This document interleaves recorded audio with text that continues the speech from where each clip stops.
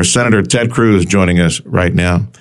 Appreciate you making time, Senator. I've been seeing you on the cables, Newsmax, and other places. You got a new book related to all wokery and stupidity that's in our culture today. So tell me all about it. Well, Sergio, good morning. Good to be with you. Thanks for having me on. Yes, sir. You're right. Today I have a brand new book that came out today. It is called UNWOKE, How to Defeat Cultural Marxism in America. And it describes, chapter by chapter, how the radical left has seized the major institutions of our nation. So it starts with our universities. Mm-hmm. And I call our universities the Wuhan lab of the woke virus. It's where the virus was created, it's where it mutated, and it's where it spread to the other major institutions of our country. And I detail precisely how that happened, how Marxists came in the 1960s and 70s and began taking over the faculties at elite universities. And from there, it spread to other institutions. The next chapter is K through 12 education. And I describe how critical race theory and radical left took over in elementary and high school. The next chapter is on journalism. And unfortunately, today's journalism is broken. The press is fundamentally broken. And I lay out how that happened. From there, it goes to big business and then big tech and then entertainment, Hollywood, movies, TV, sports, music, and finally to science. And in every one of them, I lay out how it happened and why. And then critically, I lay out a battle plan for how to fight back, how to take our institutions back. Because, Sergio, I know that you, like me, you look at what's happening in this country, and it is terrifying. It is infuriating what is being done to our country, and we've got to fight to take it back. Yes, sir. And, you went to print with your book obviously before the bloodshed, the massacre of innocents in Israel. Right. And right now we are reaping the foul stench, rotted fruit of this leftism, this Marxism, these America haters, capitalism haters, Jew haters, and we see them on campuses and in the streets all over our nation. And there you go. That is the fruit of this leftist seed in American academia all these years. Man, it's like you could write a whole new chapter on what's taking place right now. Well, you're absolutely right. We are seeing with these rabidly anti-Israel and anti-Semitic protests on college campuses across the country, violent protests that are harassing and threatening Jewish students on campus. And just a couple of weeks ago, I was sitting down talking with a very successful tech entrepreneur from Silicon Valley who leans left. And he was expressing bewilderment at this vicious anti-Semitism that we're seeing in the House of Representatives from the Squad and our college campuses. And I explained what you just said, Sergio, that this is the direct result of the cultural Marxists. So Marx framed everything as an inevitable and unavoidable battle between oppressors and victims. And he framed it socioeconomically, where the oppressors were the owners of capital and the victims were the proletariat, the workers. And his solution was a violent revolution of the proletariat where they overthrow the owners of capital and they use government and force to redistribute the wealth from the oppressors to the victims. And what the cultural Marxists have done is they've applied that same frame, except they've applied it to race, framing this country as an inevitable battle between races. They've applied it to gender and sexual orientation and gender identity. And when it comes to what's happening in Israel, the reason the left is so viciously anti-Israel is they have coded Jews as oppressors, and they have coded the Palestinians as the victims. Yeah. And so the result is they support the violent revolution of the victims, forcibly redistributing and taking from the oppressors. And it's vicious and it's indefensible, but it is exactly what you said, the rotted fruit of this poisonous tree. Our Senator Ted Cruz joining us, and we're addressing all the issues of wokery. He's got a new book related to all this. But Ted, the top issues that people do not pay attention to, and I was addressing this with another friend who checked in earlier, and I'll play that conversation today or tomorrow. On this election day, on this election day, and this is nothing new. I mean, this goes back way back, a couple of centuries. The American people are not informed enough. They don't take the time to look at the top issues that they're voting for. It is always seems to be populism or personality that trumps principle. Like today, for example, we're looking at Kentucky and Andy Beshear, the very popular, they keep saying, very popular Democrat governor. Well, where the heck are these conservatives and people defending traditional values and principles? Why the hell are you voting in a Democrat that's going to veto everything that comes at them from a conservative legislature in that state? People vote personality, people vote for populism, and they do not vote principle. And that scares me. That's been for the longest time. It's worse now than ever before, at a time when we have potentially lethal national death, the open border invasion that's taking place, the diluting of our currency, the cultural perversion that's taking place in society. All of that is enhanced or promoted by the Democrat Party, the modern Democrat Party, and people continue to vote stupidly.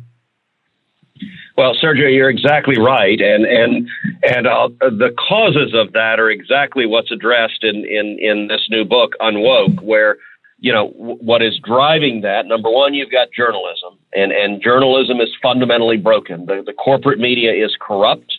They're no longer trying to be impartial. They're not trying to present both sides. Instead, Donald Trump broke the media, and they view their job today as advocates. The media is rooting in Kentucky for the Democrat governor to be reelected. That's who the media wants. And every story they cover, every adjective they use, every story they refuse to cover is directed towards driving a political objective. Big tech wants the Democrat to win. And every story they amplify is directed towards helping the Democrat to win. Every story they suppress is directed to helping the Democrat win. Likewise, entertainment. Look, you look at Hollywood, you look at movies and TV and music, all of that is directed. It's now ideological.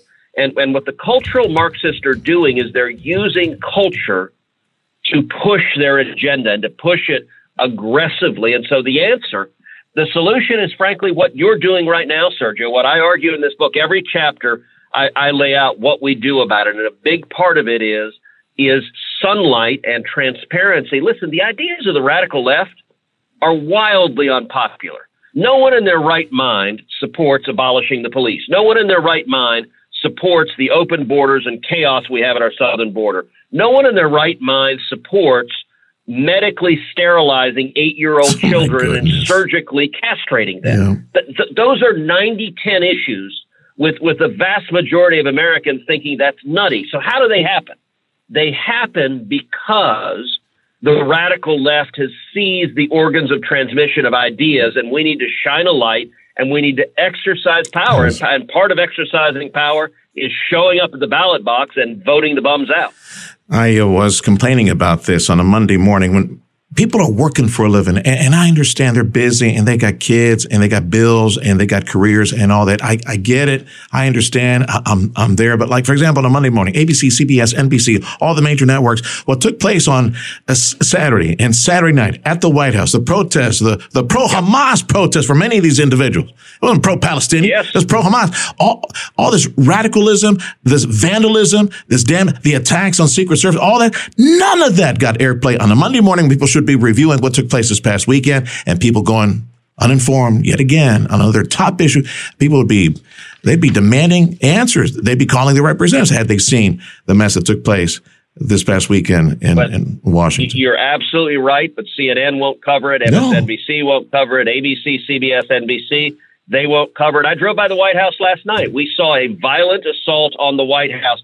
In fact, when we were driving by, I was in the car doing an interview, and the interviewer said that it's not safe to get out at the White House because there could still be Hamas protesters there today. Think how sad that is, that at 9 o'clock at night, it was not safe to get out by the White House in Washington, D.C. That is a testament to just how much things have gone off track, and the media deliberately doesn't want you to hear this. And look, this book is not an abstract academic tone. It is filled with real world stories, and it explains how and why this is happening. So it starts with my family story. As you know, my father was born and grew up in Cuba, and he fought in the Cuban Revolution. He fought alongside Fidel Castro.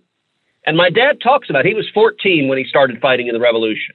And he said, listen, that's who the revolution was, a bunch of 14 and 15-year-old boys.